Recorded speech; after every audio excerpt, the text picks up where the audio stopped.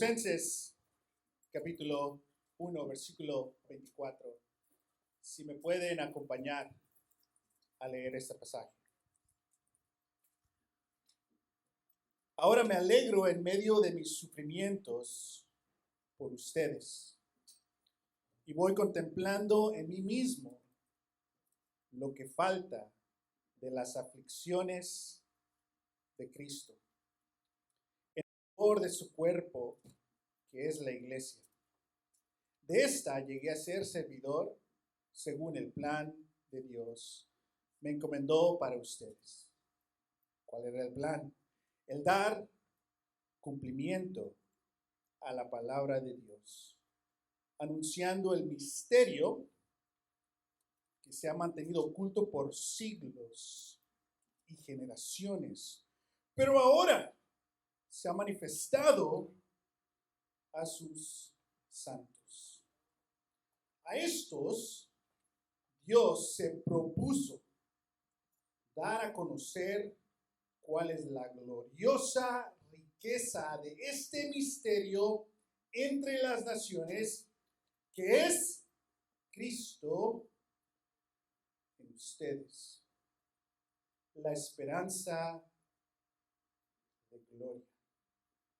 A este Cristo proclamamos, aconsejando y enseñando con toda sabiduría a todos los seres humanos, para presentarlos a todos perfectos en Él. Con este fin trabajo y lucho, fortalecido por el poder de Cristo que obra en mí. Si me lo permiten, quiero leer este pasaje también en inglés.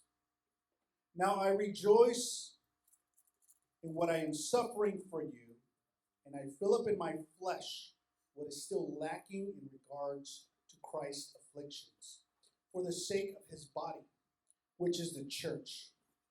I have become its servant by the commission God gave me to present to you the word of God in its fullness, the mystery that has been kept hidden for ages and generations, the God who works in secret, but is now disclosed to the Lord's people. To them, God has chosen to make known among them, the Gentiles, the glorious riches for this mystery, which is Christ in you, the hope of glory. He is the one we proclaim, admonishing and teaching everyone with all wisdom, so that we may present everyone fully mature in Christ. To this end, I strenuously contend with all the energy Christ so powerfully works in me. Estamos en esta etapa de Adviento. Y el resto de nuestros servicios vamos a pasar en esta carta de Colosenses. El pasaje que acabamos de leer, para muchos de nosotros es un pasaje familiar. Para otros quizás es algo nuevo. Y nos invita a querer desear más y más cómo entender la palabra de Dios, cómo entender su significado, cómo aplicar estas enseñanzas. Porque muchos de nosotros crecimos con un concepto, una idea en Dios, fe en Dios, pero quizás no fuimos enseñados cómo leer las Escrituras. Y muchos de nosotros que hemos recibido esa enseñanza, que podemos navegar libremente con conocimiento la palabra de Dios, muchas veces también nos alejamos y sobrevivimos con lo que aprendimos hace años. Dios obra todavía, Dios es fiel, pero hay una diferencia cuando comes algo fresco, recién hecho. Aunque el recalentado es bueno, y algunos de nosotros todavía estamos en nuestra sesión número 7 del recalentado, y luego alguien más te trae su recalentado, y comes lo que sobró de otras familias, y sigues comiendo, y bueno, hay que aprovechar. La dieta comienza en enero, creo. Pero el comer algo fresco es una gran diferencia. Personalmente, he pasado el tiempo leyendo Colosenses y me ha refrescado personalmente y lo necesitaba personalmente.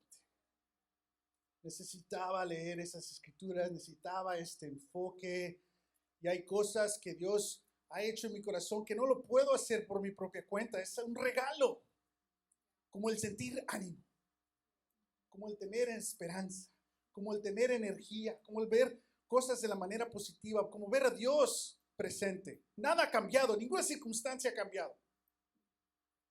Solo que Dios me ha recordado quién es, dónde está, qué está haciendo, quién soy, qué me toca. Y todos necesitamos eso. Entonces, este tiempo de Adviento, este tiempo en la carta de Colosenses, es una invitación a todos, no del ministro, pero de Dios, a recibir algo nuevo. Adviento, ¿qué significa Adviento? Adviento significa venida y o llegada.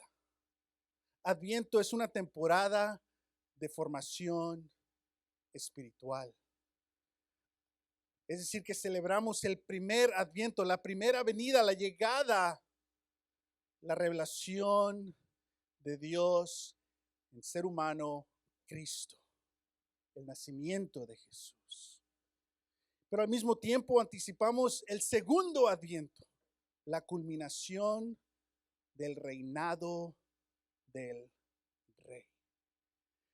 Entonces, en el calendario cristiano, Adviento es esta temporada que celebramos el nacimiento de Jesús, pero al mismo tiempo anticipamos que hay una segunda llegada donde se va a completar el plan de reconciliación de Dios. Y es importante en Adviento atender a ambas llegadas y venidas. Porque a través del año nos enfocamos solamente en una o la otra. Nos enfocamos a través del año en que va a venir una segunda venida, pero se nos olvida que Dios está presente, vivo y activo. Y llega Navidad y dices, Dios está vivo, presente y activo, pero se nos olvida que hay una segunda llegada. Entonces Adviento nos ayuda a tener atención a esto. Digamos, ¿cómo sería tu vida, tus decisiones, tu tiempo, si el 25 de diciembre se completa la obra de Dios y llega la segunda venida? ¿Qué harías de aquí al 25? ¿Dónde vas a invertir tu tiempo, tu esfuerzo, tu enfoque? ¿En qué te preocuparías y en qué no? ¿Con quién hablarías? ¿Cómo serían tus oraciones? ¿En qué vas a invertir tu tiempo, tu enfoque? ¿Qué vas a dejar a un lado para que no sea una distracción? ¿Qué es lo más importante, lo más valioso? Eso es parte de Adviento, invitarnos a imaginar esto para que haya una formación espiritual. Y es contracultural, porque actualmente en esta temporada, ¿qué estamos haciendo? Ya me olvido de todo. O sea, esta semana ya me olvidé. ¿Todavía hay trabajo? ¿Cuándo es el siguiente descanso? Ya estoy empacando las maletas para despedirme de esta situación porque necesito estar. Y es bueno descansar, pero es un extremo. El otro extremo es consumir. Y Adviento es anticultura a esos dos y nos invita a ser fieles al Dios vivo, presente y activo. Y al Dios que va a cumplir lo que inició en ti, en tu familia, en la iglesia y en el mundo. Amén. Entonces, Colosenses, leímos el versículo 24 al 29. Tenemos mucho contenido hoy, entonces quizás no entramos al capítulo 2. Pero al leer esta escritura, dentro de la carta de Colosenses, vemos un ritmo en la cual escribe Pablo. Escribe cosas personales, tu fe personal, tu responsabilidad personalmente, tu compromiso personal y cosas de la comunidad comunal. Y cómo estas dos van de mano en mano. Que tu fe, tus decisiones forman, impactan a tu comunidad, así como tu comunidad te impacta a ti. Y Pablo nunca predica un evangelio donde tú eres un individual, pero sí predica un evangelio donde tú eres una persona. Entonces, yo separo lo individual como algo negativo, egoísta, personal como algo sano. Tú eres tú. ¿Sí me explico? Yo utilizo esa terminología para que nos entendamos. Pero también comunal de la comunidad. Entonces, en el capítulo 1, versículo 15 al 20, habla de esta nueva creación en Cristo. El versículo 21 al 23, de la nueva creación en Colosas, es la ciudad donde se está escribiendo. Por eso la introducción dice, para ustedes que están en Cristo y en Colosas, es decir, que hay dos ubicaciones. Personalmente estás en Cristo, pero como iglesia estás en un contexto social, en una ciudad donde Dios está trabajando y haciendo cosas. Y después Pablo toma unos pasos y ahora habla de su fiel participación. Del capítulo 24 al 26 y del capítulo 2, el 1 al 5, habla de cómo la iglesia deben también ser fieles participantes. Y no sé si lleguemos ahí hoy. Pero en este capítulo, este versículo, dice Pablo, ahora me alegro en medio de mis sufrimientos por ustedes y voy completando en mí mismo lo que falta de las aflicciones de Cristo, en favor de su cuerpo, que es la iglesia. Usualmente leemos esto y ya tenemos algo programado ahí. Y está bien, no quiero borrar eso, pero quiero quizás añadir algo diferente. Pablo se alegra en sus sufrimientos. ¿Cuáles son los sufrimientos que está pasando Pablo? Sabemos que está encarcelado. Sabemos que es acusado y perseguido. Sabemos que en muchas iglesias que él ama, que él quiere servir o ha servido, tiene ciertas acusaciones. Y como alguien que ha sido llamado por Dios como apóstol y estás en la cárcel, muchas comunidades de fe pueden decir, bueno, si está en la cárcel es porque hizo algo malo, o si algo malo le está pasando, Dios no está con él. Y él acá sufriendo por el bienestar de la iglesia y no siendo validado. O personas que lo visitaban ya no lo visitan. Entonces hay diferentes sufrimientos, pero en veces interpretamos de que Pablo está hablando de sí mismo, porque el lenguaje como que así suena. Pero estos sufrimientos no son de Pablo. Estos sufrimientos son consecuencias por seguir a Dios, por ser un seguidor de Jesús. Entonces, al seguir a Jesús, hay sufrimiento, porque el Mesías es un Mesías que sufre. El sufrimiento no es una señal de que algo malo has hecho.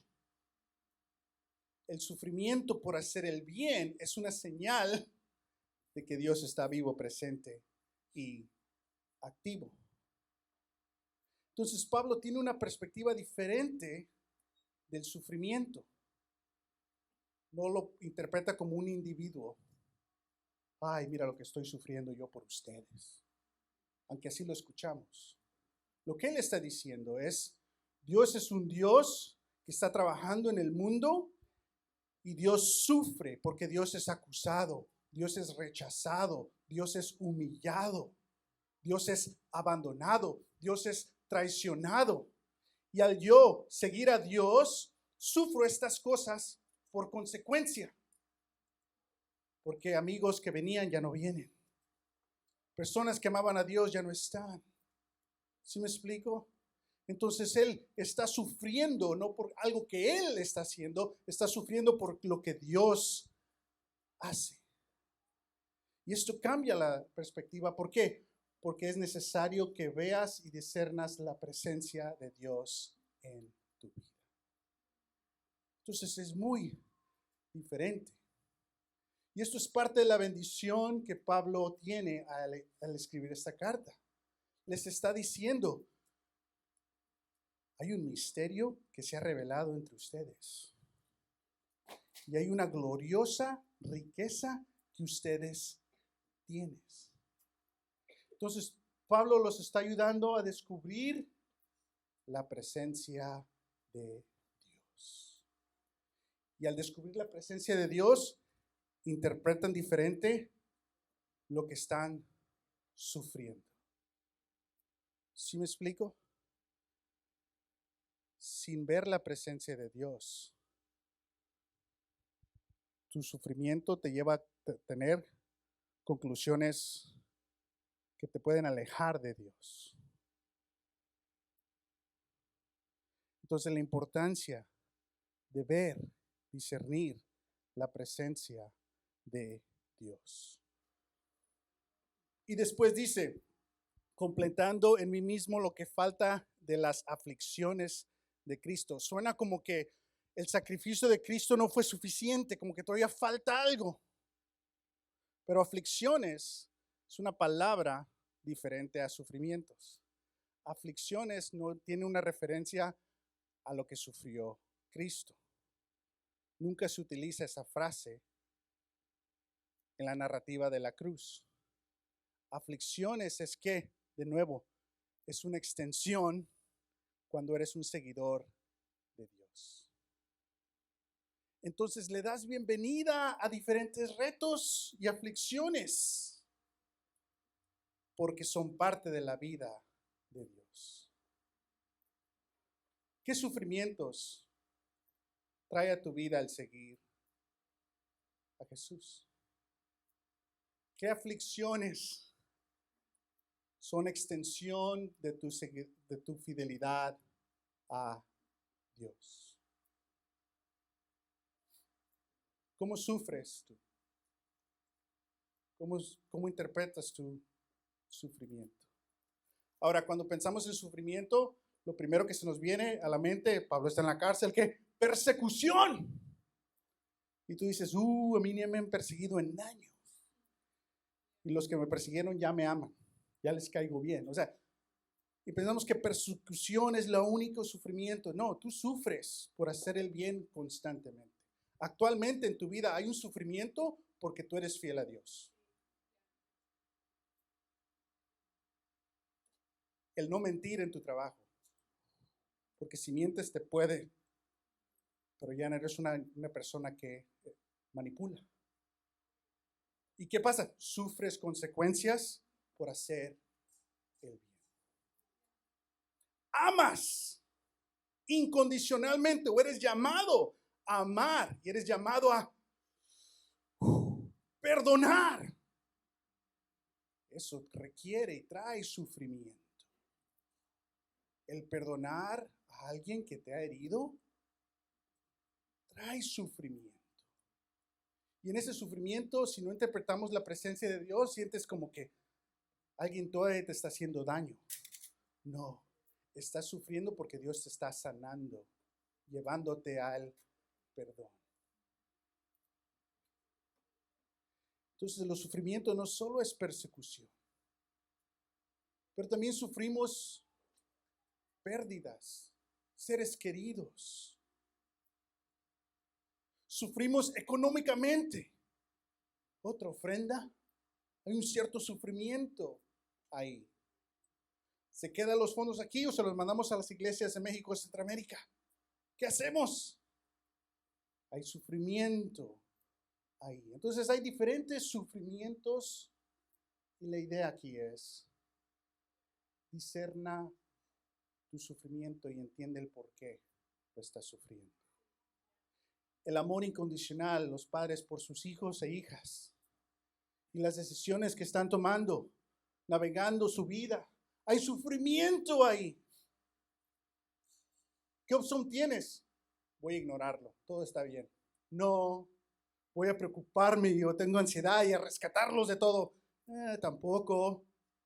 Pero en medio hay un balance de sufrimiento porque amas, porque te preocupas, porque quieres ayudar. Y si lo discernas así, vas a ver que Cristo en ustedes, el Dios que está reconciliando todas las cosas. El reto es de cuando nos cansamos de sufrir. Decimos, ya no quiero esta fatiga, ya no quiero esta aflicción. Y apagas el corazón. Y autopiloto, órale. A ver qué pasa. Y ya no sientes. Ya no oras porque no te conmueve. Y en el matrimonio puede ser un reto porque uno ya no le importa. Y el otro, ay, no. Y ahora no hay sufrimiento en pareja. ¿Sí me explico? Yo no había entendido esto del sufrimiento. Nosotros como hijos e hijas, sufrir por las decisiones de nuestros padres. El recuerdo que tenemos de heridas de hijos y ahora vemos sus decisiones como adultos. Y, ¿te doy consejo o te reto? O sea, no sé qué decirte. ¿Te pido perdón o por qué? ¿Me vas a pedir perdón tú? Yo lo hago. Y hay ese reto. O ver a nuestros padres, abuelos en su vejez, tener retos. Y ahora te toca ir a servir. Y ahora te va a costar más dinero. Y ahora más preocupación y más tiempo. No, eso es un sufrimiento donde puedes encontrar la presencia de Dios. Todo lo que tenga que ver con relaciones es un sufrimiento donde Dios está trabajando. Porque Dios es amor y Dios está reconciliando. ¿Cómo sufres tú? Tampoco digas, yo no sufro nada. O otras personas están sufriendo tanto, al menos yo tengo. No, o sea, no seas súper espiritual y decir, no, dale validez a tu sufrimiento. Es verdad que hay otros retos más grandes, pero dale honra a tu sufrimiento. Porque le importas a Dios y tienes valor con Dios. Entras una temporada, quizás sin un ser querido, porque ya falleció. Y es ese recuerdo y ese sufrimiento con esperanza de ese gran día. Entonces Pablo está dando una perspectiva diferente a esta iglesia, con el enfoque de que todo esto fortalece a la iglesia, porque tu sufrimiento personal, si discernas que Dios está trabajando, vas a traer esa bendición a la congregación, vas a traer ese ánimo, esa empatía, porque al final concluye con la necesidad de ser maduros. Y no hay madurez sin sufrimiento. No lo hay. Es imposible tener madurez sin sufrirle. Ahora, hay otros sufrimientos, de esos no estamos hablando, pero los quiero mencionar. Hay sufrimientos por consecuencia de nuestros pecados. Eso es otra cosa. Que todos también tenemos esa lista. Y eso no significa que Dios no está trabajando ahí, pero en vez de ese sufrimiento es un recuerdo, no de tu error, pero de tu error y cómo Dios está trabajando para sanarte y perdonarte. El reto es cuando seguimos el mismo patrón que nos llevó a esos errores. Pero bueno, todo esto Dios, creo que Pablo nos está invitando a que veamos. Dice que de esta, hablando de la iglesia, llegué a ser servidor según el plan de Dios me encomendó para ustedes. El dar cumplimiento a la palabra de Dios. Dar cumplimiento. ¿Cuándo se cumple la palabra de Dios en ti? ¿Y qué es? ¿Cuánto tiempo tarda? Entonces me llama mucho la atención aquí. Dar cumplimiento a la palabra de Dios. Es decir, que ¿no te ha pasado que en veces lees algo y, oh, qué bueno, y 3 semanas después algo ocurre y se te viene a la mente esa escritura? Y te ayuda, porque te recuerda la fidelidad de Dios, la presencia de Dios. O hay una crisis, y a ver qué hay ahí, espiritualidad, porque de ahí va a salir todo en esa crisis. Es decir, si no tenemos una práctica donde invertimos tiempo en la palabra de Dios, cuando llegue situaciones que requieren que se cumpla la palabra de Dios, quizás no va a haber nada. Es cuando tienes el plan de, oh, ahorita voy a desayunar, voy a hacerme un cafecito, voy a hacer aquí, y abres el refrigerador y no hay nada. Pero tú pensabas que había algo. Y ese enojo, ahora tengo que gastar, tengo que salir, no quiero salir. Y ahí tienes un debate, ¿no? ¿Hago algo que no quiero? ¿O gasto pero no quiero salir y no quiero gastar? ¿Qué hago? Porque no había lo que yo estaba planeando. Es así. Los sufrimientos van a seguir. Pero si no hay una práctica de morar en la palabra en tu vida, vas a tener una dificultad cuando lleguen retos. Porque nada puede reemplazar la palabra de Dios. Nada.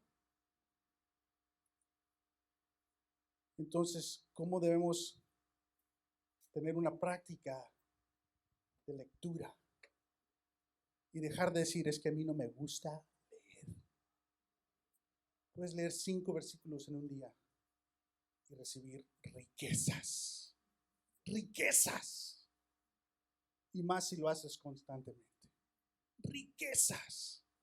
Que no solamente te preparan para la crisis, te están formando para ser quien Dios te ha llamado a ser. Pero si pasamos más tiempo en videos de positivos, qué bueno, está bien, hay espacio para eso, no quiero contar. El punto es de que cuando no estamos recibiendo la palabra de Dios. En las últimas semanas yo sentí esa sequedad en mí, ese vacío, falta de energía, falta de ambición, falta de visión, más irritable, más preocupón. En mi casa digo, cuando papá se hace un grizzly bear, un oso, no hay conexión con Dios. Manden a papá para el patio a que lea algo. Todo eso es tu alma deseando a tu Dios. Tus irritaciones es tu alma deseando conexión con Dios. El Dios que ya está presente. Entonces Pablo dice que se cumpla esta palabra de Dios. Dice, anunciando el misterio que se ha mantenido oculto por siglos y generaciones, pero que ahora se ha manifestado en su pueblo santo. ¿Cómo están? Vamos a seguir descubriendo aquí la palabra de Dios. ¿Qué significa esto? Todo esto es invitación para que tomes notas, para que explores por tu propia cuenta, para que te llame la atención algo y tú en tu tiempo personal puedas completar esa lectura. Pero dice que esto es un misterio. no significa que nunca se puede entender. Eso no significa misterio. No significa que Dios lo ha escondido. Está esperando a que sufriera y ahora, ahí está. No. Está diciendo que Dios trabaja en secreto. Dice que Dios ha mantenido esto oculto por siglos y generaciones, pero ahora se ha manifestado en su pueblo santo. ¿De qué está hablando? Vamos a seguir. A estos Dios se propuso dar a conocer cuál es la gloriosa riqueza de este misterio entre las naciones, que es que Cristo en ustedes. No sé si tú eres de las personas que se creen las teorías del fin del mundo, buscando los eventos. Mira todo lo que está pasando en Rusia y en el Medio Oriente, esta señal. Mira. Para que sepas, cada siglo, cada guerra, cada década ha habido esas teorías, pero a veces estás viendo que los eventos, Pablo nunca describe un evento, porque la obra de Dios no es en eventos, es en una persona, Cristo. Y si estás buscando eventos, te pierdes la presencia de la persona. Y te haces un poco raro, ¿no? Porque eso te lleva a otra teoría, a otra conspiración, y te aleja y ahora te vives en ese mundo alejado, que si lees la carta, ahí era Colosenses. La mitología de los griegos, los dioses romanos, eventos catastróficos que señalaban diferentes señales y la gente se iba para un lado y se iba para el otro lado y ahora creía esto. Y Pablo dice, Dios no trabaja en eventos, pero en la persona, Cristo. ¿Y ese Cristo dónde está? Se fue. Cristo en ustedes. If you're bilingual, Cristo en ustedes. In English, it says Christ in you. Though you is meant to be plural, y'all, it's read as you, me. Especially in a very individualistic culture and reasoning that we all have.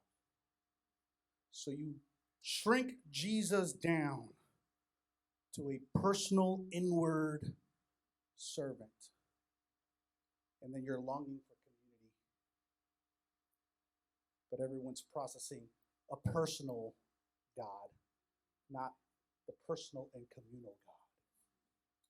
So Christ in you is very different de Cristo en ustedes. Terminology matters. La terminología nos forma. Y una razón es que los misioneros españoles dicen, no, es que ustedes son familia. El lenguaje es más comunal. So, imagínate, año tras año leer Cristo en ustedes, a comparación de leer año tras año Christ in you. Es muy diferente la formación. En inglés se escucha más como Cristo en ti, Christ in you, pero el español, Cristo en usted, que Dios está presente en la comunidad. Ok, ¿qué está pasando aquí? Anunciado el misterio que ha mantenido oculto siglos de generaciones, pero ahora se ha manifestado en su pueblo santo. La iglesia de Colosenses no eran judíos, la mayoría. Entonces llegaban diferentes interpretaciones, líderes, y posiblemente decían cosas como, el pueblo de Dios es Israel, y cuando hablo de Israel estamos hablando del Antiguo Testamento, no todo lo que está pasando. El pueblo de Dios es Israel, y ahora ustedes son invitados, son el plus one, el extra. Vénganse, pues también ustedes. ¿Sí me explico? Pero no es así, porque Pablo le está llamando a esta iglesia que ellos son el pueblo santo. Es decir, toda comunidad que se compromete a Dios es parte del pueblo santo. Ahora, en otro pasaje en Romanos, Pablo sí utiliza ese lenguaje que ahora los gentiles fueron incluidos, pero él está haciendo otro argumento. Aquí, pueblo santo no tiene ninguna referencia a Israel, está hablando de la iglesia. ¿Y por qué tiene importante eso? Porque Pablo está diciendo que Dios está con ellos, que no tienen que ser alguien más para que Dios esté con ellos. Que Dios está con ellos porque Dios está con ellos. Que son amados, vistos, incluidos. Entonces el autoestima de esta iglesia no es ahora de que pues acabamos de comenzar, no estamos en Jerusalén, estamos acá en Colosas, nadie se acuerda de nosotros. Mira, pobrecito. Ay, lo que sea. Ni modo. Sí, está bien así. Pues vamos ahí. No, hay una confianza. Wow. Dios está trabajando en el mundo, pero también aquí. Dios está aquí.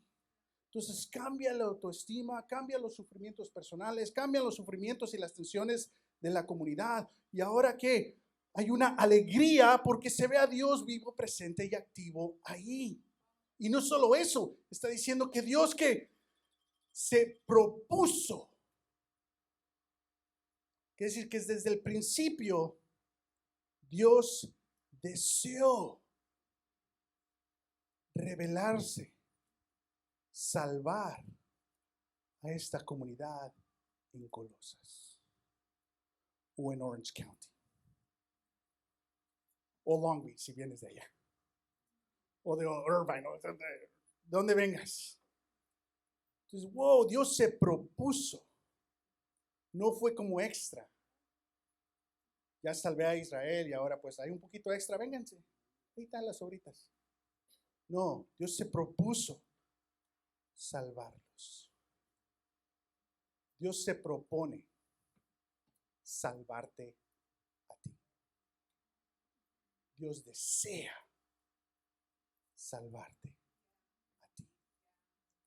Dios desea reconciliar a toda tu familia, a sí mismos y a Dios.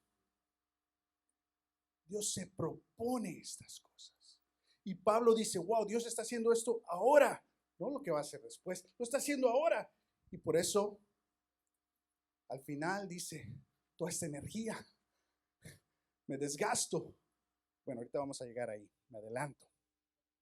Dice que esta es la esperanza de gloria. Esperanza es esperar algo garantizado que se va a cumplir. ¿Sí me explico? No es cuando cumples años y ese es un deseo. Ay, a ver, casi nunca pasa, pero ahí va. Y todavía no te has ganado la lotería. Esperanza es, todavía no ocurre, pero va a ocurrir. Garantizado. Garantizado. Esa es la esperanza. Entonces es una esperanza gloriosa. No solamente Dios está aquí, no solamente mi sufrimiento cuenta, pero soy deseado y la palabra va a tener impacto en toda mi vida si interactúo con la palabra de Dios y ganamos. Si ves la autoestima, la alegría que puede cambiar. Dice, a este Cristo, ¿cuál Cristo? El que está aquí presente. Proclamamos, diciéndonos que en veces proclamamos a un Cristo en nuestra mente que se fue y que está lejos. No, proclamamos al Dios que está vivo, presente y activo. Dice, aconsejando y enseñando con toda sabiduría a todas las personas para presentarlas completamente maduras en su unión con Cristo. Con este fin trabajo y lucho, fortalecido por el poder de Cristo que obra en mí. ¿Qué notas aquí de lo que hemos hablado? ¿Qué notas aquí? ¿Qué te llama la atención? Dice que el enfoque de Pablo es Cristo, una comunidad que es Dios centrada. Dice que proclaman libremente. Y a veces pensamos proclamar solo predicar. No, no, no. Proclamar es vivir, es ser. Quien eres aquí te forma para que Dios te envíe, para que del lunes al sábado estés proclamando con tu vida a Cristo. Y llegues el domingo desgastado de tanto proclamar porque has luchado y trabajado con el poder que te fortalece, que te lleva, que obra en ti. Y el domingo hay cierta formación. Y si tienes tiempos con Dios, te va a invitar Dios a más. Entre más tiempo con Dios tienes, más invitaciones, más responsabilidades, más alegrías y bendiciones te da. Entonces quita el autopiloto y entra a la turbulencia. Que sea alegría. No soy religioso, soy un ser humano que ama a Dios. Dios está vivo, presente y activo. Y sufro porque me importa el bienestar de otras personas. Sufro porque tengo que hacer el bien. Sufro consecuencias porque no participo en otras cosas que están en contra de la voluntad de Dios. Y le doy gracias a Dios por incluirme en esos sufrimientos. Porque así lo hizo Jesús, así lo está haciendo Jesús y ahora me incluye a mí. ¿Sí ves ese cambio? Ahora, dice, ¿cómo hacemos esto? Aconsejando y enseñando con toda sabiduría a todas las personas. Para los bilingües, it says proclaiming, and then it says admonishing. Look at the word difference. Admonishing y aconsejando. Both are right, but if you're bilingual, you have a great blessing, especially if you have a bilingual Bible, to create some great insight. What's admonishing and what's aconsejando, and why is it? Pero aconsejando, ¿qué significa? Pedir consejo. Parte, pero no. Aconsejando es de que tenemos una relación donde podemos hablarnos los unos a los otros libremente, con amor, con respeto, ayudándonos a hacer lo que todos deseamos hacer, fieles cristianos. Y en veces tienes que invitar ese aconsejamiento. Y en veces nos tenemos que invitar a dar ese aconsejamiento.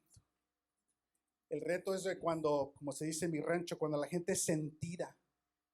¿Por qué hablas conmigo? ¿Quién te dijo? No hay espacio aquí para eso. Porque si vivimos en sospecha, ¿de qué tienes tanto miedo? Baja la inseguridad. Dios nos llama a aconsejarnos los unos a los otros. Aconsejando tiene que ver con, hay un desorden en cómo estás viendo la situación. Aconsejando es poner una buena orden con los valores y voluntad de Dios. So, admonishing in English is to put something in someone's mind. Hey, why don't you think about this? And if you're in the campus ministry, it was a little loud. Tiene que ver eso, but it's more than that. There's a disorder in your perspective that is not aligned to the will of God, and now it's being aligned. So, for those of you sons and daughters here, at some point, you got to consider if you want your parents' perspective or not. I know it's irritating. And I know on behalf of all of us parents, our timing is always pretty bad. So show us some grace, some patience. But see beyond that. See beyond the immature irritation. What's the desire behind that? Your well-being. And you're either going to reject that and have major consequences, or you're really going to consider that and be more of a wise person. So, aconsejando, dice enseñando, y no significa solamente hay que tener más clases de la Biblia. No, que nos estamos constantemente compartiendo. ¿Qué estás aprendiendo? ¿Cómo te fue en esa situación? ¿Qué aprendiste de esa buena situación? ¿Sabes algo que nos falta? Hacer mejores preguntas. ¿Qué estás leyendo? ¿Qué te ha sorprendido Dios? Decimos, ¿cómo estás? Qué bien. Pero hay más preguntas. Y eso es parte de enseñarnos. Hey, ¿te puedo compartir lo que estoy aprendiendo? ¿Te puedo decir algo? La verdad que me aburro leyendo. Me distraigo. Necesito un poquito de ayuda. ¿Qué me aconsejas? Eso es parte de la interacción. La vida en Colosas era una vida de alta atención, muy ocupada. Tenías que constantemente estar fuera de tu comunidad, de tu familia, para mantener sosteniblemente tu familia. Los tiempos de reunión eran increíbles. Muy posible la iglesia se reunía los domingos en la noche, porque todo el día trabajaban. Y se reunían para tener una cena juntos en la noche. Y es ahí donde dice Pablo, en ese contexto, proclamen a Cristo. Aconséjense, enséñense. Y dice, con toda sabiduría, porque a veces nos enseñamos mañas y trucos, ¿no? Con toda sabiduría. Es decir, de que no podemos depender en una persona en enseñarnos, pero constantemente nos estamos enseñando entre todos. Donde quizás tu imaginación es que no tengo discipulador, alguien que me enseñe. Tienes toda una comunidad de 80 personas. Sí, eso es importante. Pero constantemente puedes conectar con quien quieras. Hay sabiduría, hay consejo. No quiero condenar la relación de discipulado, pero no, que no sobredependamos de una persona que nos enseñe. De hecho, ya no tenemos esa estructura. Es unos a otros, no de yo a ti. Es de unos a otros. Dice, con este fin, trabajo y lucho, fortalecido por el poder de Cristo que obra en mí. ¿Quién es el que inicia? Dios. ¿Quién es el que está presente y en misión? Dios. Regresamos al punto. Si no discernas la presencia de Dios, te vas a sentir que ya no estoy creciendo. No me siento retado. No me están nutriendo las reuniones. Puede ser verdad, pero hay un camino muy individualista. ¿Qué está haciendo Dios en nuestra familia, en nuestra comunidad? En veces es obvio lo que Dios está haciendo, a lo que Dios te está invitando a tomar responsabilidad, a sanar, a crecer, a servir. Y en veces es tan obvio que buscas otra cosa. No, quiero mejor esto, como que fuera un menú. Y vemos al Pablo que elige, a lo que Dios me invite, voy a luchar y esforzarme. Y hay temporadas en nuestras vidas. Y todo tiene que ver relacional. Con Dios, con unos a otros, contigo mismo. Dios siempre está obrando en esas tres áreas. Cuando Dios te lo aclare, no le corras. Invierte ahí. Ve a Dios.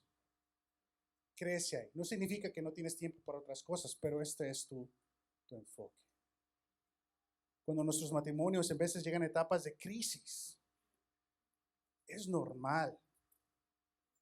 Pero No es normal cuando no les das la atención que requiere, el aconsejamiento, la ayuda que requiere. Quizás te sientes como que pues no estoy haciendo nada. Es una invitación a quizás a crecer, a madurar en tu lectura, en tu tiempo con Dios. No sé, tú tienes que discernir en qué etapa estás. No leímos esta parte, pero la leímos y tomamos comunión aquí. Pero dice Pablo, quiero que sepan qué gran lucha sostengo por el bien de ustedes y de los que están en la Odisea y de tantos que no me conocen personalmente. Quiero que lo sepan para que cobren ánimo. Permanezcas unidos en amor, por amor, porque en veces no te cae la persona. Todavía no tienes amor, pero por amor voy a intentarlo. Y dice, tengan toda la riqueza que proviene de la convicción y del entendimiento. ¿Quién quiere riqueza? Pues yo. ¿Cuál es la riqueza que está hablando? Cristo en ustedes.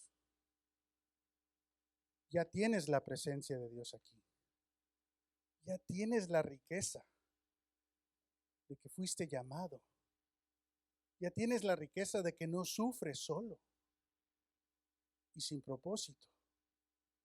Ya tienes la riqueza de la fidelidad de Dios que te va a llevar a cumplir tu redención y reconciliación total. ¡Qué riqueza! Cuando hay un poquito más de dinero en el banco, eres más generoso. Espero. Ah, sí, claro, yo invito. ¡Pum! Te sientes más tranquilo, ¿no? Vi un video donde cuando me gane la lotería, no le voy a decir a nadie, pero va a haber señales. Y está el muchacho bañándose y se oye la música y se da la vuelta a la cámara y ya está una banda en el baño cantándole, ¿no? La imaginación de así va a ser mi riqueza. Voy a tener una banda personal cuando me bañe, en lugar del radio.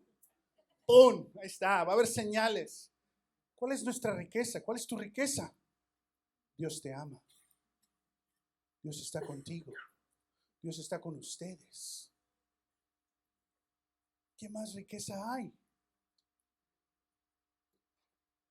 Es que Martín, me siento mal, que ni agradecido de eso me siento. Es una señal que deseas al Dios, que no estás pasando y teniendo una conexión con Dios.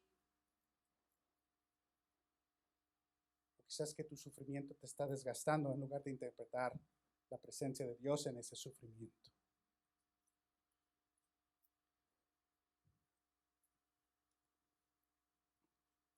Nos brincamos al último. Digo esto para que nadie los engañe con argumentos que parecen convincentes. Aunque estoy físicamente ausente, los acompaño en espíritu y me alegro al ver su buen orden. ¿Qué significa eso? Y la firmeza de su fe en Cristo. Buen orden, que lleguen a tiempo, sean disciplinados, den su ofrenda. No. Eso nos falta, la disciplina, siempre. Pero el buen orden es que Dios primero. Y no solamente Dios primero, creer que Dios está presente y activo. Eso es el buen orden. Y firmeza en fe en Cristo. No en otras cosas o en alguien más, pero en Cristo. Lee la carta de Colosenses. Léela toda completa una vez en silencio. Y otro día léela toda en voz alta. Y después empieza a leer diario una sección breve y escribe notas físicamente en una libreta. Ya lo he dicho 4 veces. Reciban ese aconsejo.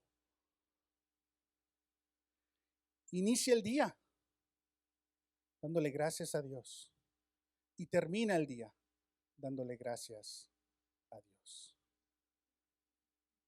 Haz esta práctica, para que seas parte de esta riqueza. Vamos a orar y vamos a tomar comunión.